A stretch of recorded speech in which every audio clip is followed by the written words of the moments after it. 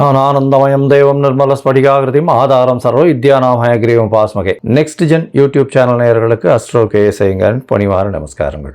சனி வக்ர நிவர்த்தி 17/11/2025 6/3/2026 வரலும் உண்டான காலகட்டத்தில், அதாவது கார்த்திகை மாதம் 1ஆம் தேதி விஸ்வாவசு வருஷம் பார்த்தலையானால் திங்கட்கிழமை சனி, அதாவது திங்கட்கிழமை பிரதோஷ காலம், சோமவார பிரதோஷ காலம், மிகவும் வசந்த காலம். அந்த காலகட்டத்தில் சனி பகவான் கும்பராசியில் பூரட்டாதி நட்சத்திரம் 1ஆம் பாதத்தில் வக்ர நிவர்த்தி அடைகிறார்.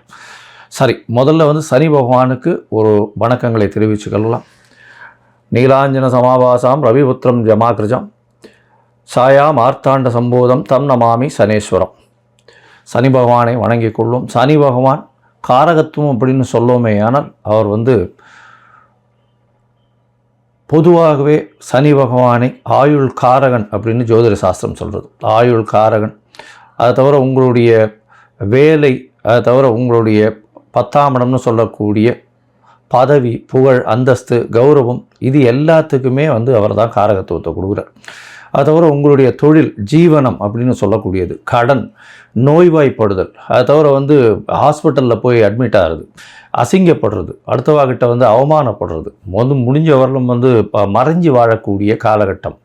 இது எல்லாம் இருந்தாலும் ஒரு பக்கம் பார்த்தோன்னா சனீஸ்வரனால் போராளி குணம் வரும். உங்கள் பின்னாடி மக்களினுடைய செல்வாக்கு அதிகமாகும். சனி பகவான் எப்பொழுதுமே சனி கொடுக்கணும்னு நினச்சா யாராலையும் தடுக்க முடியாது. சனி பகவானுடைய அதாவது சனி பகவானுடைய தசாபுக்திகளில் தான் பெரிய பெரிய தலைவர்கள்லாம் பெரிய இடத்தை பிடிச்சிருக்கக்கூடிய காலகட்டமாக பார்க்குறோம். இந்த சனி பகவானின் காலகட்டத்தில் பார்த்தீங்கன்னா மக்களினுடைய செல்வாக்கை பெறக்கூடிய வாய்ப்புகள் மிகவும் அதிகம். இந்த லோயஸ்ட் பீப்புள் பிலீவ் பண்ணக்கூடிய அளவுக்கு சனியினுடைய காரகத்துவம் நல்லபடியாகவே அமையும். கீழ்த்தட்டு மக்களை நிச்சயமாக பயப்படுத்தக்கூடும், வசியப்படுத்தக்கூட நல்ல ஒரு ஏற்றமான விஷயங்களை இந்த சனி பகவான் கொடுப்பார். போராளி குணம் இருக்கும். எந்த ஒரு விஷயத்திலையும் நேர்மை தன்மையை எடுத்து வெளியே கொண்டு வருவார். இதன் மூலியமாக பார்த்தாலேயானால் எந்த இடத்துல நேர்மை தன்மை இருக்கணுமோ இந்த லோயர் மாஸில் அதை எடுத்து வெளியில் கொண்டு வரணும் அப்படின்றது தான் அவருடைய முக்கியமான இது.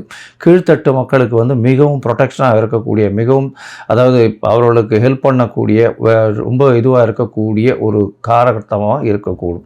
அதனால் சனி திசை வரும்போது பார்த்தாலேயானால் கீழ்த்தட்டு மக்களுக்கு நம்ம ஏதாவது ஹெல்ப் பண்ணணும், அந்த மாதிரியான பொசிஷன்ஸில் இருந்தோமே ஆனால் கண்டிப்பாக நம்மளுக்கு சனி பகவானுடைய தாக்கம் நிச்சயமாக கம்மியாக இருக்கும்.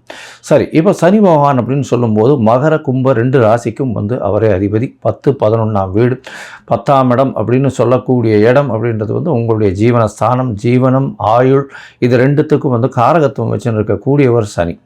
சரி, இந்த சனி கெடுதல் மட்டும்தான் பண்ணுவாரா அப்படின்னா அப்படி இல்லை. சனியை வைத்து நிறைய நன்மைகளும் உண்டு. சனியை வைக்கிறதுனால பார்த்தாலேயானால் ஒரு அரசாங்கத்தினுடைய உயர் பதவியில் வரக்கூடிய வாய்ப்பு, அரசாங்கத்தின் மூலியமாக பெரிய இடத்துல போய் உட்கார்றது, அதை தவிர மக்களின் செல்வாக்களை அதிகமாக பெறுறது, மக்களின் செல்வாக்குகள் மூலியமாக அதீத உயரத்தை அடையக்கூடிய வாய்ப்புகள், மக்களால் போற்றப்படக்கூடியவர், அந்த மாதிரியான விஷயங்கள்லாம் இந்த சனி உச்சமாக இருந்தோ, ஆட்சியாக இருந்தோ, சுபர்கள் பார்த்தோ இருந்ததே ஆனால் நல்ல ஒரு ஏற்றம் இருக்கும்.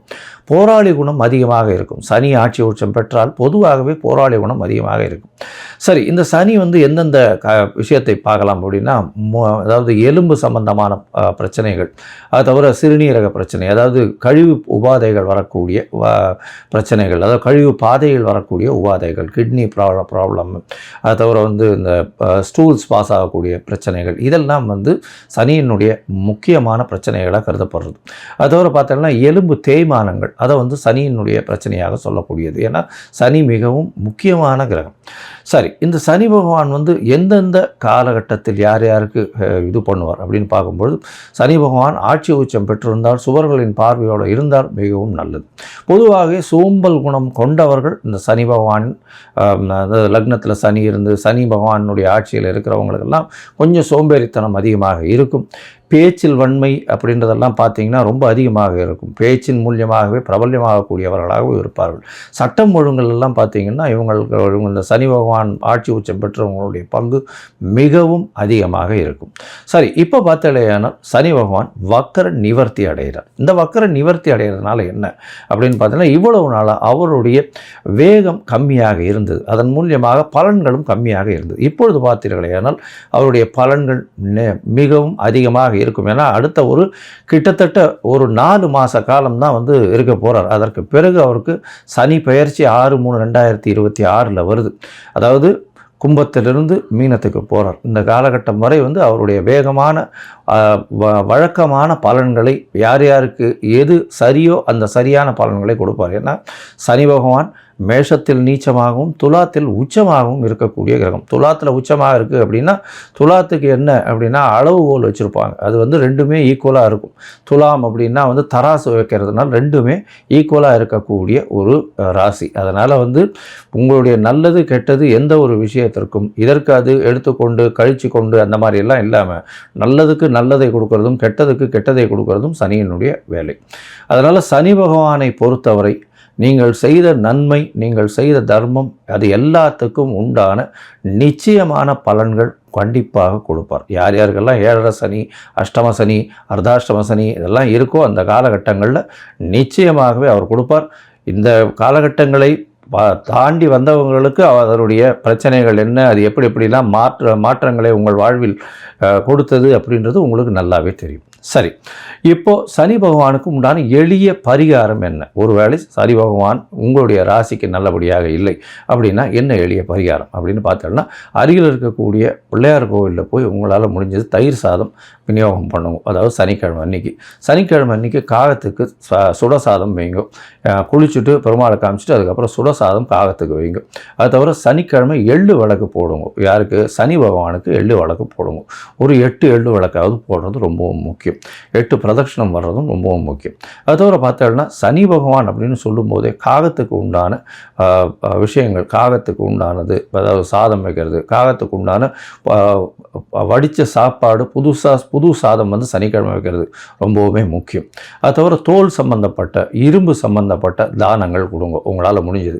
அது தவிர முடவன் கிரகம்னு சொல்லக்கூடியதுனால கால் உடைந்த கால் இது இல்லாமல் பேரலைஸ் ஆகிருக்கிறவா, கால் ஊனமுற்றவர்கள் அவர்களுக்கு உங்களால் முடிஞ்ச அளவுக்கு எந்த அளவு ஹெல்ப் பண்ணுறதுனாலும் பண்ணுங்க.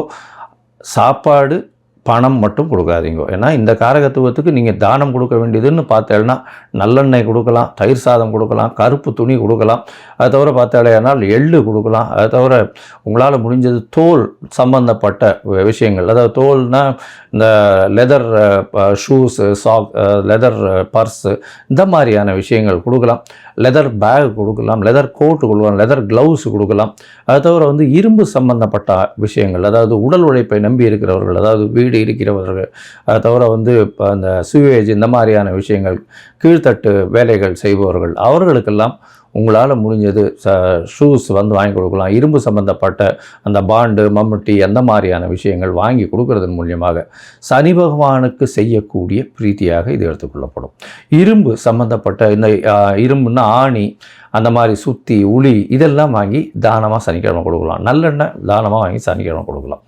சரி, இந்த காலகட்டத்தில் உங்களுக்கு என்னென்ன விஷயங்கள் நடக்கும் அப்படின்னா, சனி பகவான் கும்பராசியில் இருக்கார். கும்பராசியிலிருந்து அவருடைய பார்வை அப்படின்னு சொல்லக்கூடியது சமசப்தம பார்வை அப்படின்னு சொல்லக்கூடியது சிம்மத்தில் விழும். அதாவது 7ஆம் இடம். 7ஆம் இடம் எல்லா கிரகங்களுக்குமே உண்டு. அதை தவிர பார்த்தீங்கன்னா அதீதமான பார்வைன்னு சொல்லக்கூடியது 3ஆம் இடம் மற்றும் 10ஆம் இடம். இது சனி பகவானுக்கு உண்டான விசேஷ பார்வைகள். 3ஆம் இடம்னு சொல்லக்கூடியது மேஷத்தையும், 10ஆம் இடம்னு சொல்லக்கூடியது விருச்சிகத்தையும் சனி பகவான் பார்க்குறார். இந்த காலகட்டத்தில் சனி பகவானின் பார்வையில் படக்கூடிய ராசிகளுக்கும் சிறு சிறு பிரச்சனைகளும் கண்டங்களும் வரக்கூடிய வாய்ப்புகள் மிகவும் அதிகம். சரி, இந்த காலகட்டத்தில் சனி பகவானுக்கு உண்டான எளிய அதாவது காயத்ரி மந்திரம்னு சொல்லக்கூடியது ஓம் சனேஸ்வராய வித்மஹே சாயா புத்ராய தீமஹி தன்னோ சனேஸ்வர பிரசோதயாத்து அப்படின்றத ஒரு 8 தரம் ஒரு நாளைக்கும் சொல்லிட்டு வாங்க. நான் என்னுடைய யூடியூப் சேனல்லையும் அதை லிங்க் போடுறேன் பாருங்க. அதை பார்த்து 8 தரம் சொல்லிட்டு வாங்க. உங்களுக்கு வரக்கூடிய பிரச்சனைகள் எல்லாமே சூரியனை கண்ட பனி போல நிச்சயமாக கரைந்து போகும். சரி, இப்போது மேஷம் முதல் மீனம் வரை ஒரு ராசியாக சனி பகவானுடைய பெயர்ச்சி, அதாவது வக்ர நிவர்த்தி எந்த மாதிரியான மாற்றத்தை கொடுக்கும் அப்படின்றத பார்ப்போம். உங்களுக்கு ஜோதிடத்திற்கு, அதாவது அஸ்ட்ராலஜிக்கல் கன்சல்ட் வேணும் அப்படின்னா, ஜோதிடத்திற்கு உண்டான கன்சல்டேஷன் வேணும்னா நீங்கள் உங்களுடைய date, time, place of birth, உங்களுடைய பெயர், உங்களுடைய தாய் தகப்பனார் பெயர் எனக்கு அனுப்பி வைங்கோ. என்னுடைய கட்டணம் என்னன்னு சொல்கிறேன். அந்த கட்டணத்தை நீங்கள் அனுப்பிச்சிட்டு அதற்கு பிறகு உங்களுக்கு நான் அப்பாயின்மெண்ட் தரேன். உங்களுடைய ஜாதகத்தை போட்டு அதில் சந்தி இருக்கா அப்படின்றத பார்த்துட்டு அதற்கப்புறம் உங்கள் ஜாதகத்தை போட்டுட்டு அவங்களுடைய டிஸ்கஷன் பண்ணுறேன்.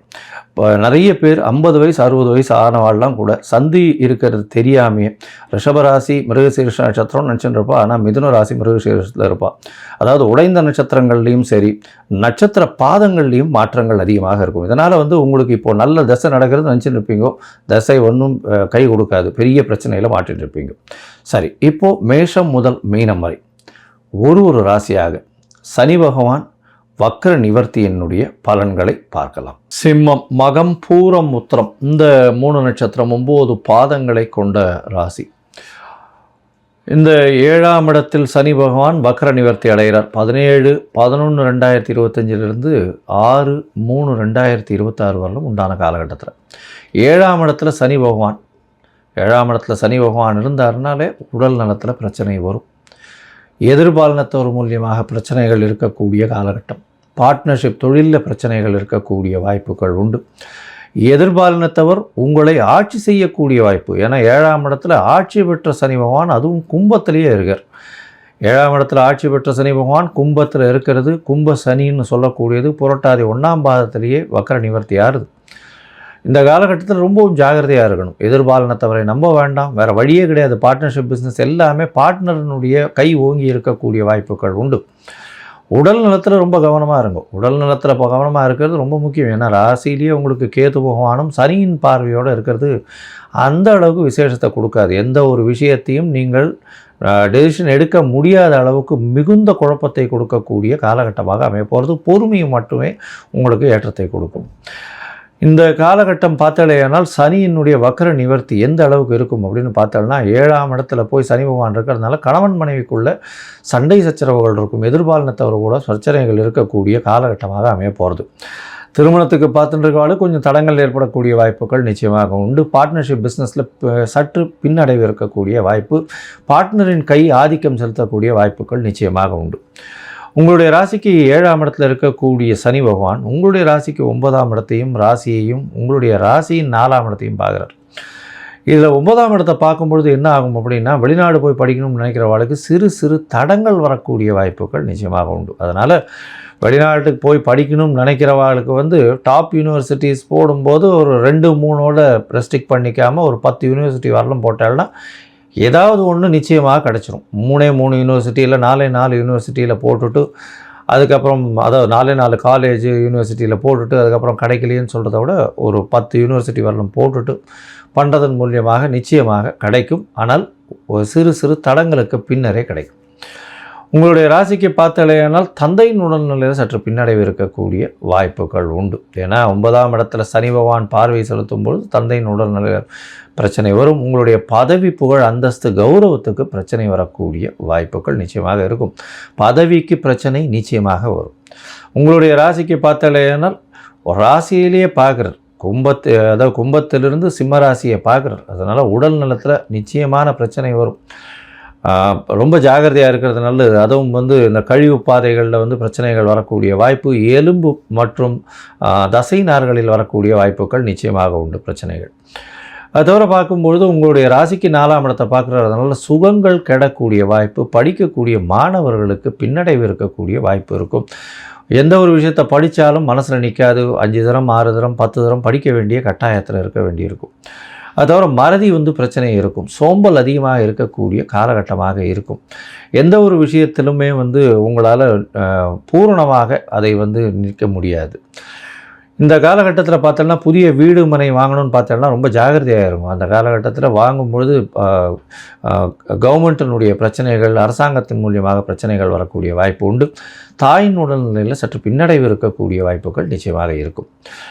மொத்தத்தில் பார்க்கும்பொழுது இந்த சிம்ம ராசிக்காரர்கள் உடல் நலத்தில் ரொம்ப ஜாகிரதையாக இருக்கிறது நல்லது. எதிர்பாலினத்தவரை நம்ப வேண்டாம். பார்ட்னர்ஷிப் தொழிலில் நிச்சயமாக பின்னடைவு இருக்கும். வெளிநாடு போய் படிக்கணும்னு நினைக்கிறவாளுக்கு சற்று பின்னடைவு இருக்கக்கூடிய வாய்ப்புகள் நிச்சயமாக உண்டு. அது தவிர பார்த்தாலேனால் இது வெளிநாட்டு தந்தையின் உடல்நிலையில் சற்று பின்னடைவு இருக்கும். உங்களுக்கு பதவி புகழ் அந்தஸ்து கௌரவத்தில் பிரச்சனை இருக்கும். அதுவும் இந்த அரசாங்கம் அரசு சம்பந்தப்பட்டவர்கள், அதை தவிர head of the department, administrative in charge, எந்த ஒரு துறையிலையும் தலைமை தாங்கும் பொறுப்பில் இருக்கிறவங்க, இவங்களுக்கெல்லாம் பிரச்சனைகள் வரக்கூடிய வாய்ப்புகள் நிச்சயமாக உண்டு. பேச்சிலையும் ரொம்ப கவனமாக இருக்கணும். உடல் நலத்தில் ரொம்ப ஜாகிரதையாக இருக்கிறது நல்லது. அதை தவிர பார்த்தாலேனால் யாருக்கும் வார்த்தை கொடுத்துடாதீங்க. அதாவது நான் இதை பண்ணிவிடுவேன், நான் அதை பண்ணிவிடுவேன், வார்த்தை கொடுக்காதீங்க. அதன் மூலியமாக பிரச்சனைகள் அதிகமாக வரக்கூடிய வாய்ப்பு உண்டு. ராசிக்கு 4ஆம் இடத்தை சனி பார்க்கறதுனால கண்டிப்பாக உங்களுடைய சுகங்கள் கெடும். படிக்கக்கூடிய மாணவர்களுக்கு பின்னடைவு இருக்கும். தாயின் உடல்நிலையில் பின்னடைவு இருக்கக்கூடிய வாய்ப்புகள் நிச்சயமாக இருக்கும். இந்த காலகட்டத்தில் படிக்கக்கூடிய மாணவர்களுக்கு நிச்சயமாக மறதி அதிகமாக இருக்கக்கூடிய வாய்ப்புகள் உண்டு. அதனால் ஒரு தடவைக்கு 10 தரம் படிக்கிறது ரொம்பவும் நல்லது.